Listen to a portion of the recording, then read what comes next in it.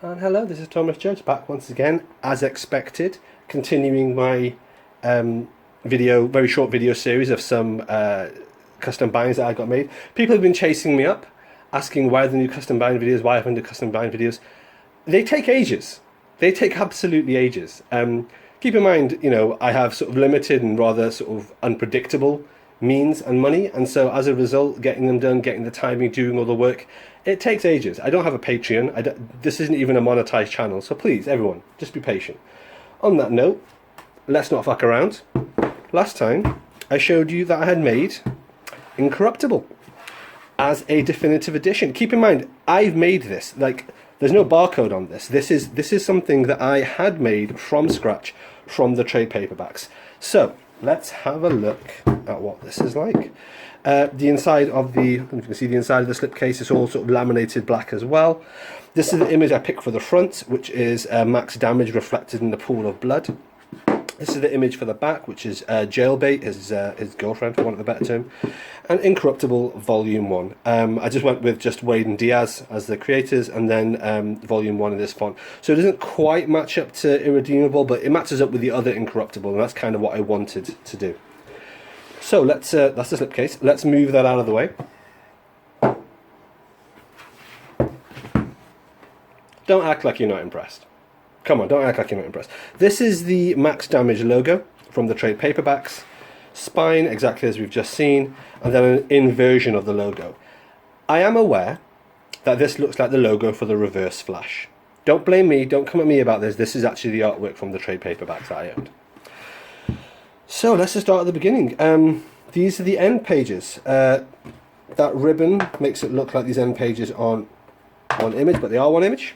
Here we are, max damage. If you don't know much about Irredeemable, then frankly you need to go watch my other videos about Irredeemable. But Incorruptible is kind of like a partner series to that, and it introduces this character, Max Damage, who's kind of not quite an antagonist to the Plutonian, but it's a parallel storyline that happens at the same time. Note this motif. This motif is kind of the entire skull that we have on the cover, the front and the back. But this motif is one I used a lot just to kind of fill out various things where I need to sort out the left-right balance of the pages and things like that. So we have this image here. You'll see this is nice, snug binding. And this is the artwork. If you've seen my Irredeemable overview or flick through of what I've done, this is exactly the artwork in keeping with Irredeemable. And here we have it. So max damage is alright, I'll start again. Irredeemable is about a hero, like Superman, I guess, who essentially becomes evil and does lots of bad things. And then this is the end of this issue. I have the red page and I have the black page. And in fact, here is max damage and here is the Plutonian. This is the protagonist of the Irredeemable series. So Max Damage is a villain who sees the Plutonian go from being good to being evil, and as a result is inspired himself to go from being evil to being good. So it's kind of the alternative premise, or the inverse, or the negative to the idea of the Plutonian and Irredeemable, hence the title's Incorruptible. It's good. I'm not going to give any spoilers. I read the whole thing. I thought it was fantastic. So good that I went to the disproportionate effort involved in making a custom printed omnibus. And in fact, I didn't even go for the omnibus. I went for the absolute or definitive edition, which is even more expensive and even more time consuming.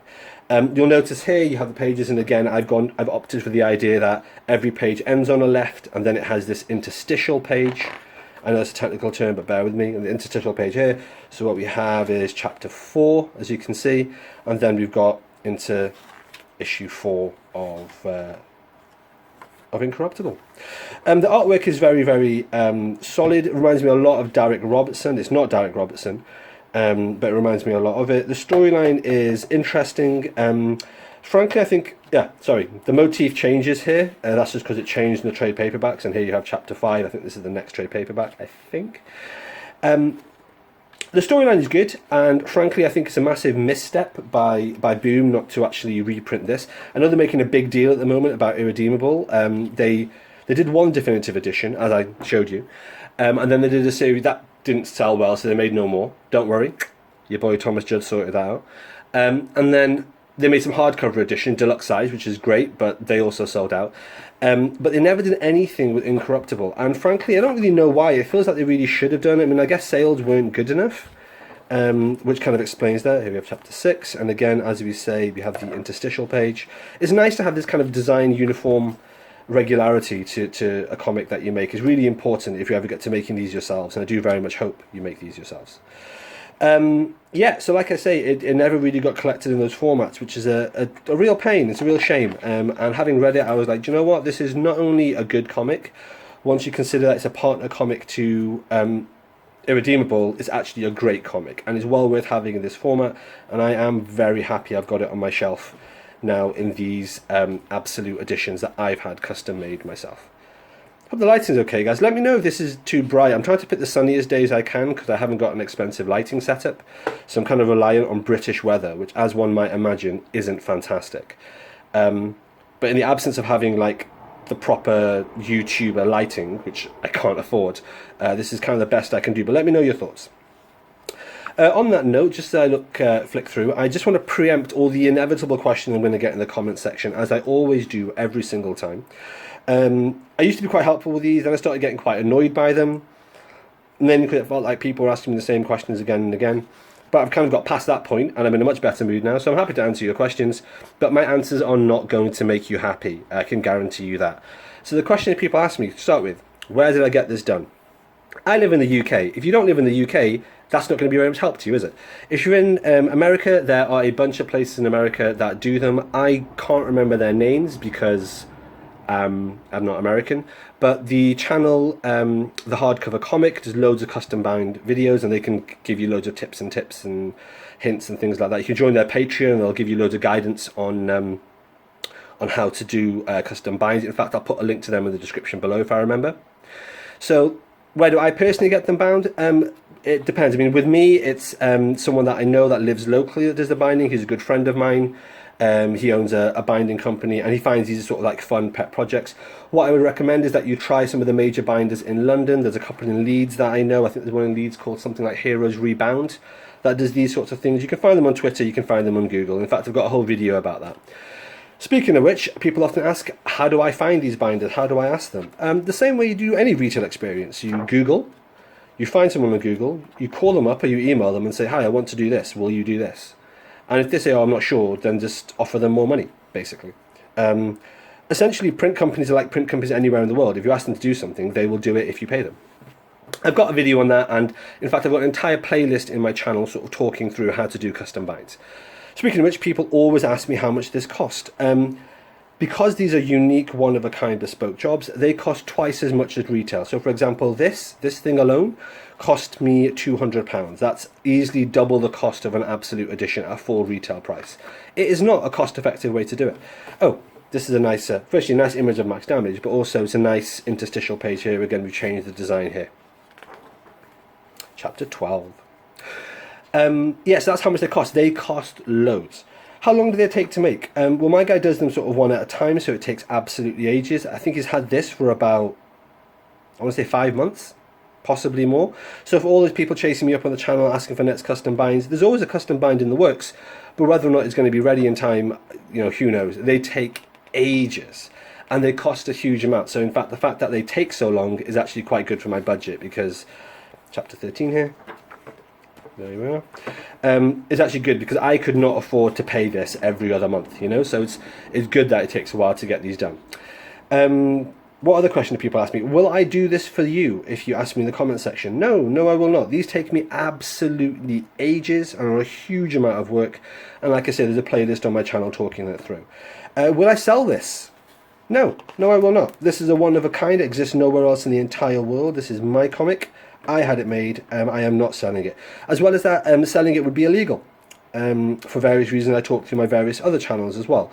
I start off with physical editions I have. I convert them into this one single edition. That's it. That's the end of it. I'm not up to selling any of them. So this is the end of the definitive edition. And then what I did, I basically just stuck in all the extra features.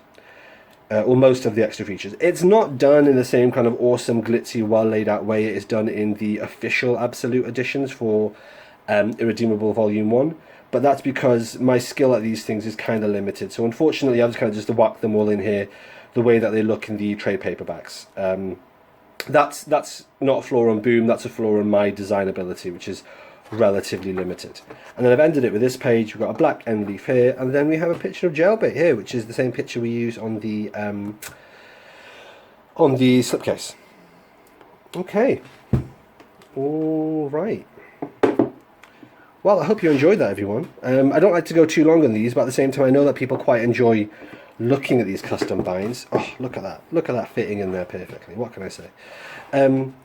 Right, this is Incorruptible, Volume 1. I will catch you tomorrow for the next one. All right, thanks for watching, everybody. As always, please like, comment, subscribe. As always, please follow me on Twitter at @IamThomasJudge, where I will post a daily review of whatever comics I've been reading. You can get an idea of what I'm up to on the channel. And as always, please support the channel by heading over to Amazon.com and checking out my prose novel about superheroes. It's a completely original piece of work. The first episode in it is called Arrivals, and the series as a whole is called No Gods or Kings. You can find an excerpt of that on my website, nogodsorkings.com.